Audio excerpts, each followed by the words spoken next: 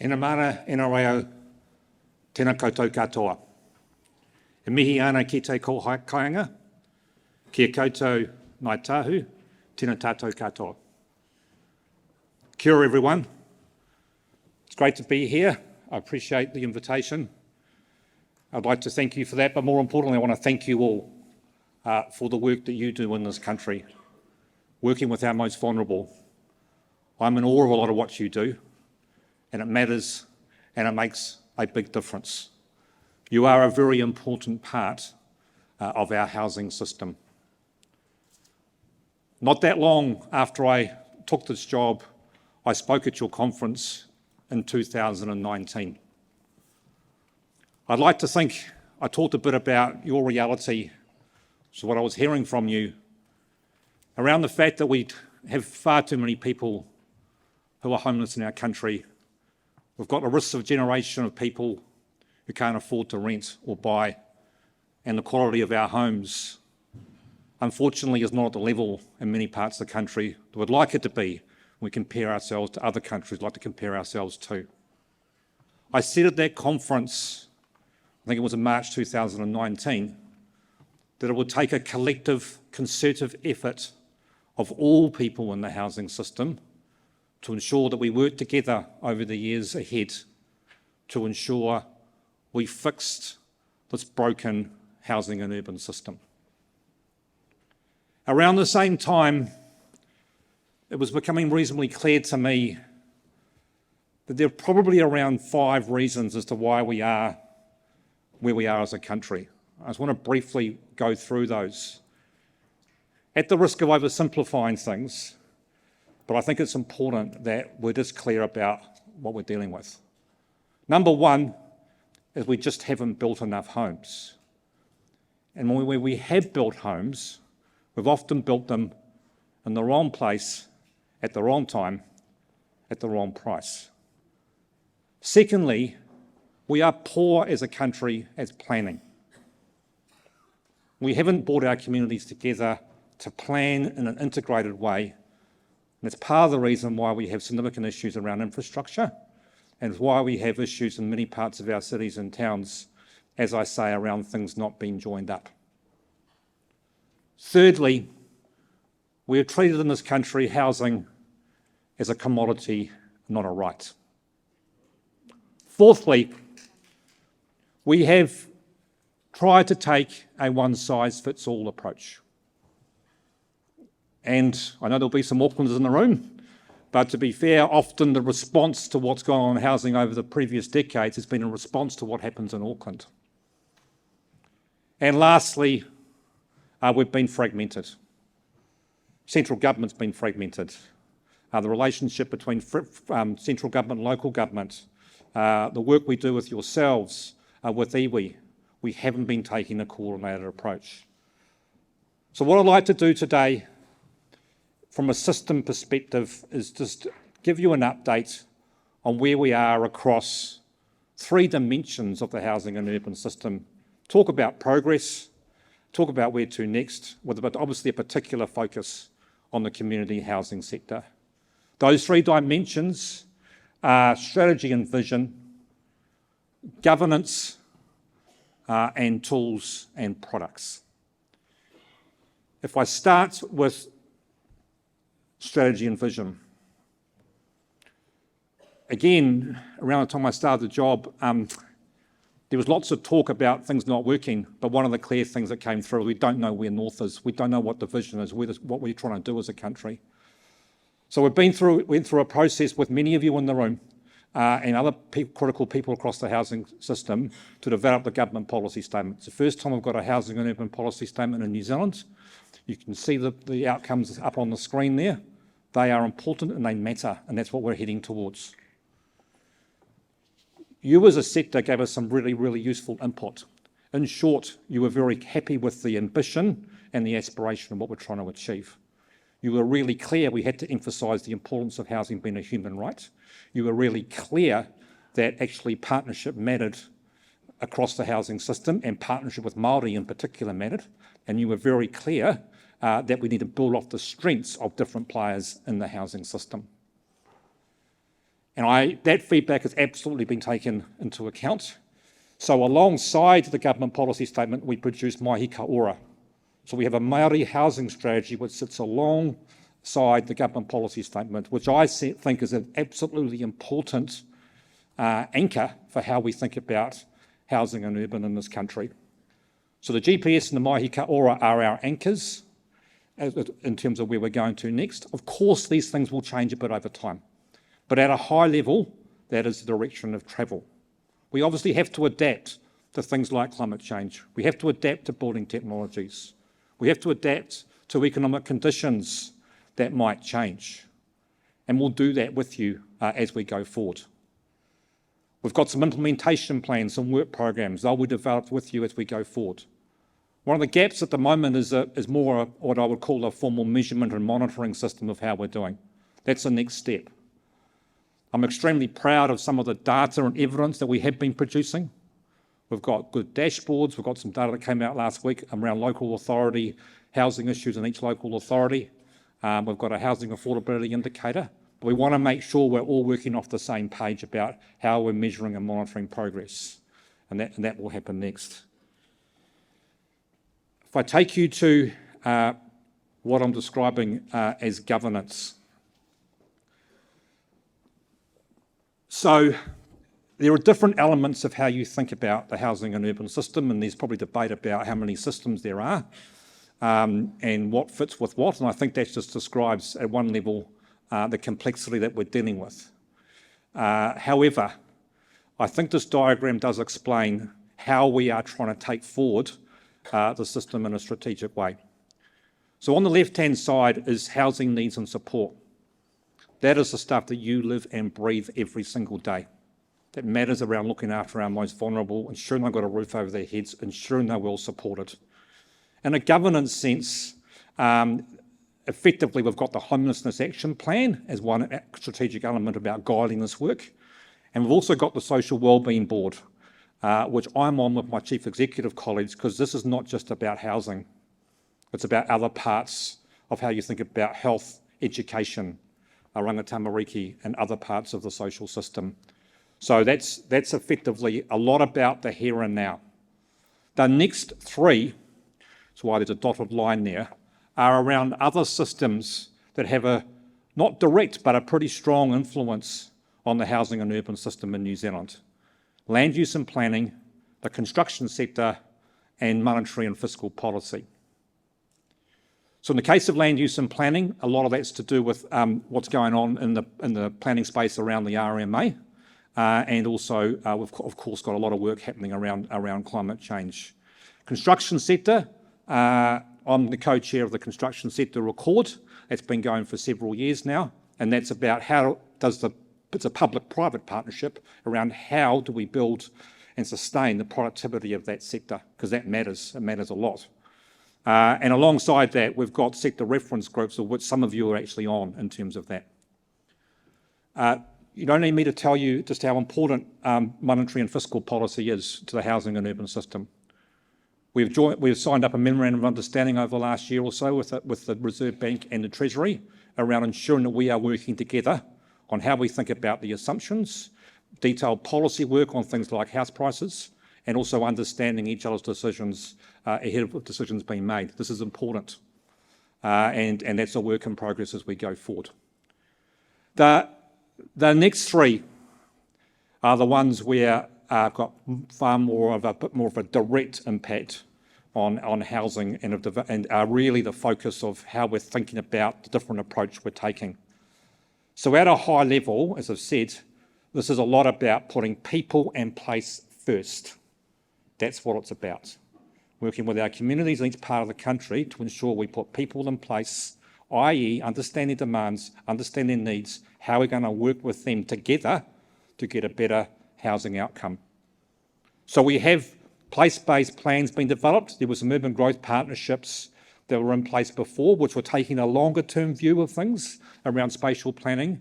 We're now trying to make sure we bring a more short to medium-term view into those partnerships to ensure we understand the here and now housing needs and how we transition out of some of those issues into the medium to long term.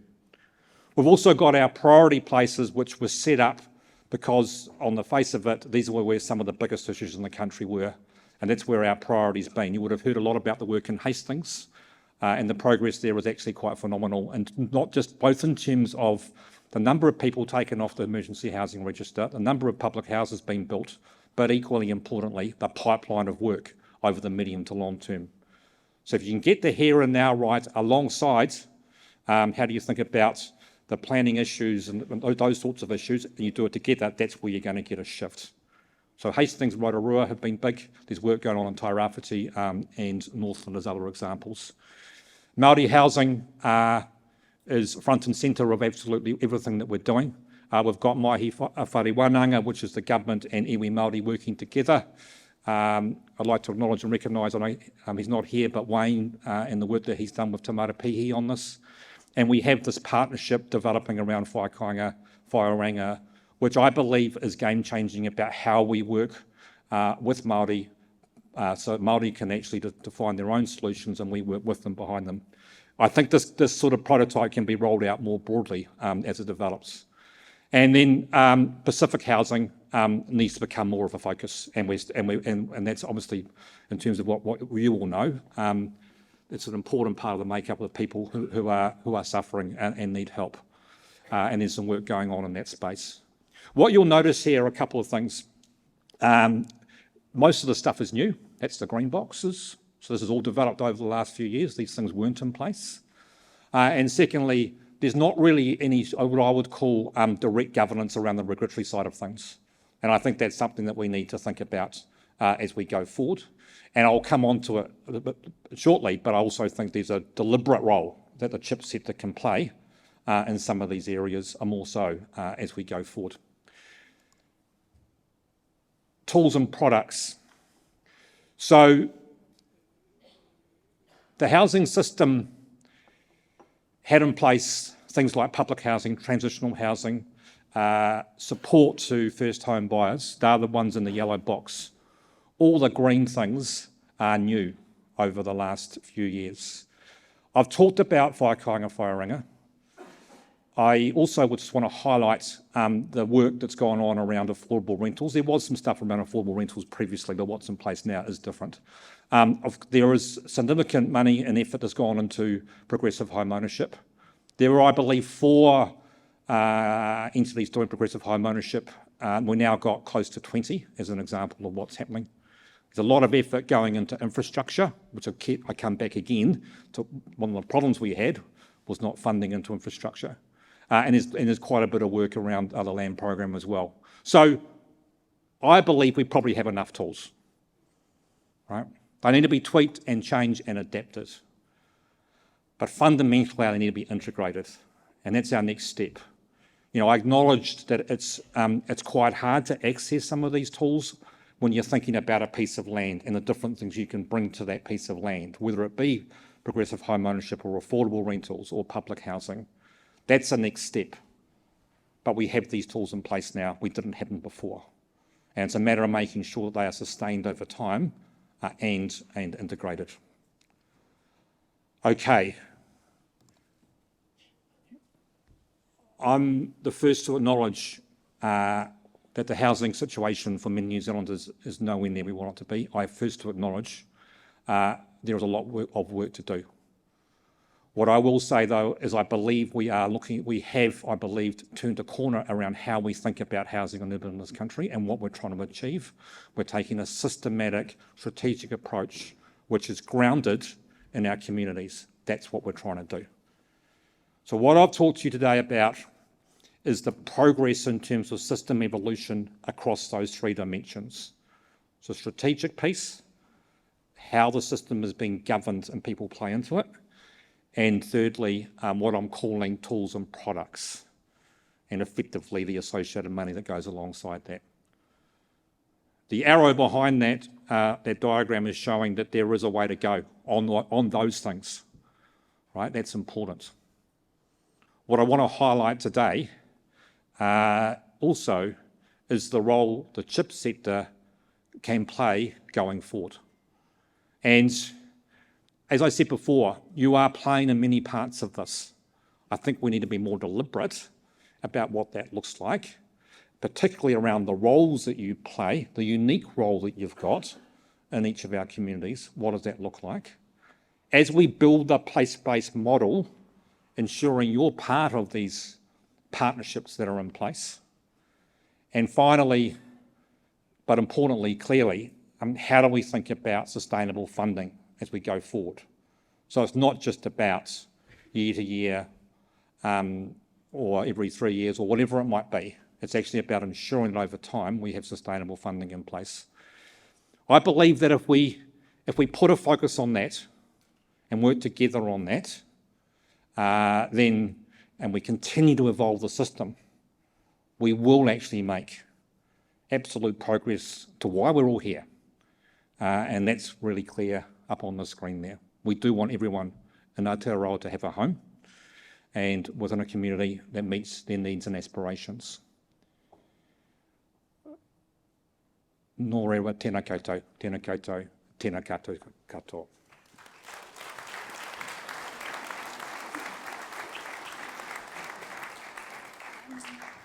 Oh, yep, he's changing the channel. There we go. I am actually going to allow some questions because you did such a wonderful job keeping to time. And so firstly, actually, I wanted to lay forward a provocation just because I do have the mic. And firstly, to really congratulate yourself and your team for your clarity of vision. As someone who's, kept their finger on the pulse in regards to housing policy and closely watched the developments of this government, I've really seen some important things come to light and be sustained. The one that is very close to my heart is Mahi Ka Ora. One of the most heartening things about that strategy is to see that the articles of Te Tiriti o Waitangi are embedded in that strategy, and also to see the sustained resourcing in terms of kaimahi who are charged with carrying that forward, continued partnership with the sector and with Māori housing providers, and a commitment to ongoing monitoring and evaluation, which are just things that we unfortunately didn't see with previous attempts at that kind of strategy. But to follow on from that, I've also really seen the positive outcomes from Whai Kāinga Whai Oranga. I've been really fortunate to be involved in the delivery of a number of those projects, and we're really seeing results.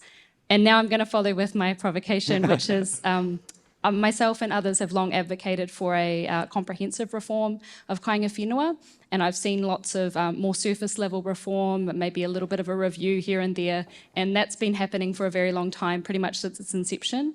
I'd really like to strongly encourage this government to seriously look into the reform of Māori housing finance, and I know there are many in the room who have been actively involved in that. So I say that every time anyone lets me have a mic, so I must say it to you now, but really appreciate your work, Andrew. It looks like Paul would also like to say something, or we're going to... Oh, yeah. Mine was sort of a question and sort of a challenge. I'm happy just to make a comment about that. I think one of the beauties of, maybe beauty is the wrong word, but the whole Mahi Ka Ora is fundamentally based on the fact that iwi Māori tell us what matters. So, and that's in a policy sense as well. So the work program is being developed around that. So your question around the land and how we think about that, that has been looked at, but there's probably more we can do about thinking about how fundamental the review needs to be. There's issues being looked at around barriers to finance, obstacles to building, all that sort of stuff.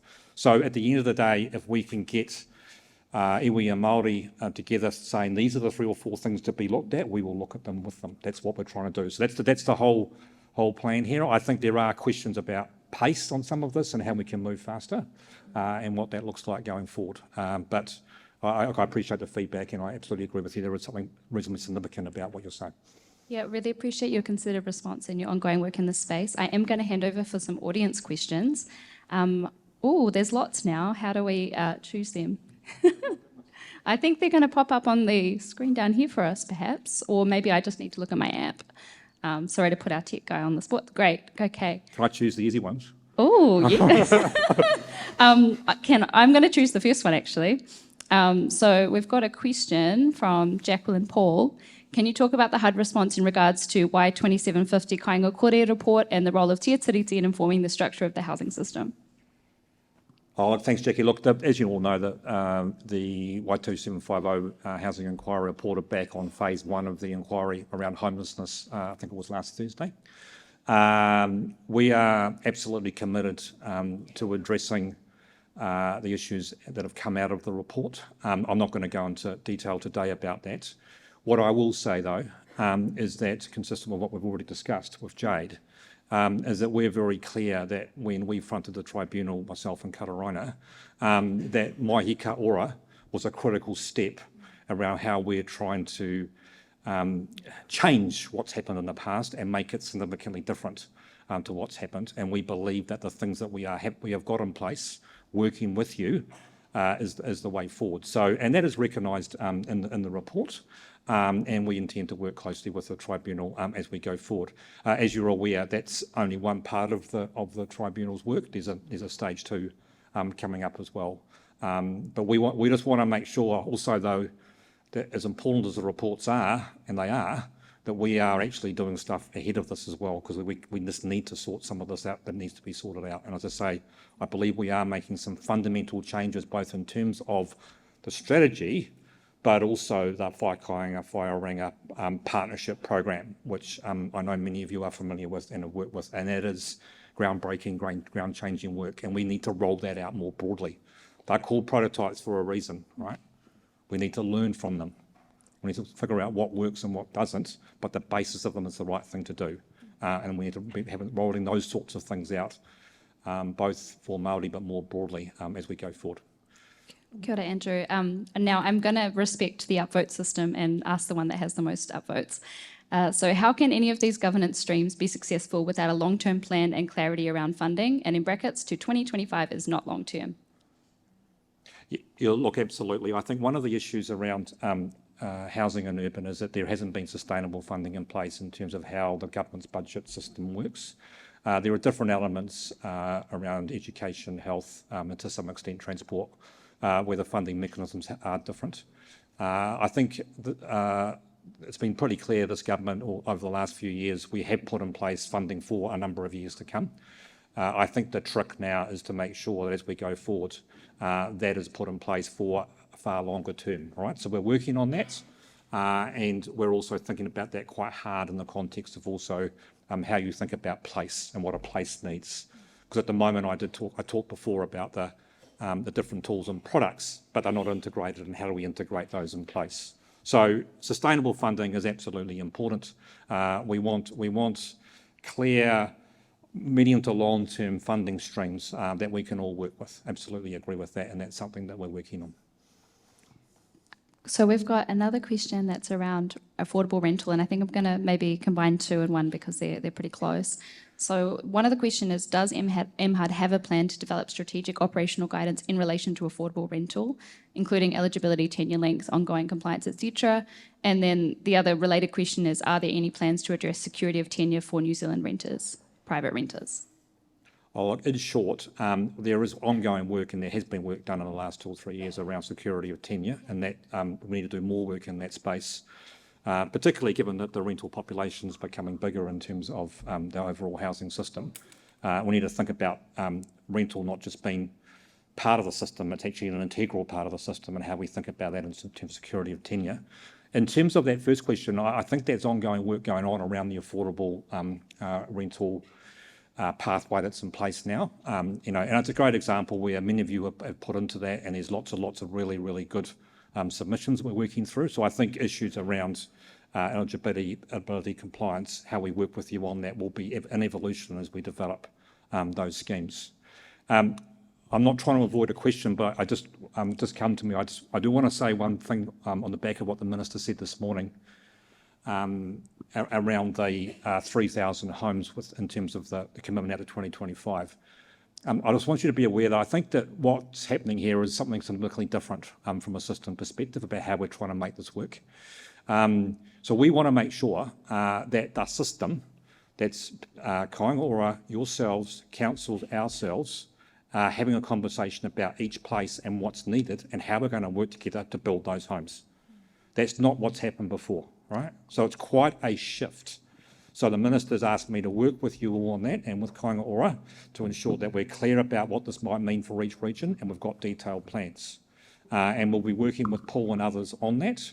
And I think if we can get that right and get that clear, that's another way to be clear to people we've got plans, we've got strategies in each place. So then the idea of getting sustainable funding over time becomes a little bit easier. So that's part of what we're trying to do here. If we can get clear what our people need, right? Whether it be public homes, whether it be affordable rentals, what it might be in each place, then you've got a basis for a conversation around what does it look like in the medium to long term, and you get more certainty. So I look forward to working with you on that. We've obviously got some idea of what you think you can build where, but I think there's a different conversation that can be had in a positive way as we go forward, because we all know that it has been quite challenging to build in some parts of the country, and that's got to change. And I think we can do that if we work in a different sort of way. So I just wanted to use the opportunity. Please, could you all join me in showing your appreciation for Andrew coming today? I've got something sweet to thank you. Something sweet, and a book of poems about housing there. I just would really like to underline the fact that we have here one of our greatest allies in the New Zealand housing system. He's advocating for us very strongly and consistently, and is genuinely trying, as we are, to make continuous improvement to the housing system. And so we're really hugely grateful, Andrew, for your attendance, what you've said, but more so the work that you've done, and even more than that, the work that we're going to do together in the future. So thank you very much.